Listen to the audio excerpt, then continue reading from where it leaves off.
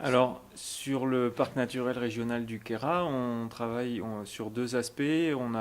Dans le cadre du projet Alpstar, on a travaillé sur un guide sur la rénovation énergétique du patrimoine, donc un guide de conseil pour les artisans et les entreprises.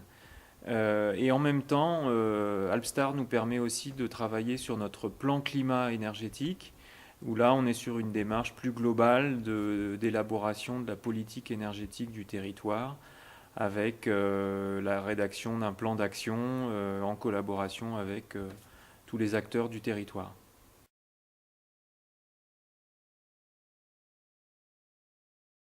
Alors, à la suite du guide sur la rénovation énergétique du patrimoine, on a travaillé sur des audits énergétiques.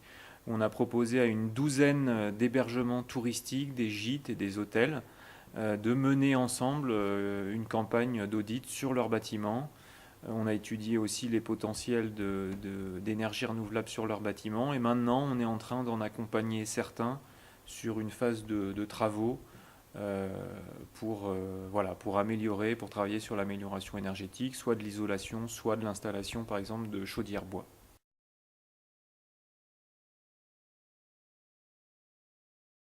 Alors je pense que ce qui peut être intéressant dans notre démarche, c'est que sur le plan climat-énergie territoriale, on essaie vraiment de travailler de manière concertée, vraiment en associant à la fois les acteurs socio-économiques et notamment du tourisme, en travaillant avec le milieu agricole et les agriculteurs.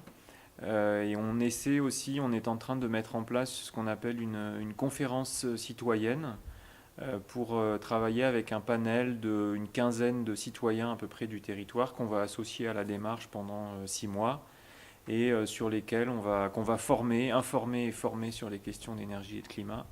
Et à l'issue de cette formation, on leur demandera de proposer un certain nombre d'actions ou de se positionner sur les objectifs et les actions du plan climat.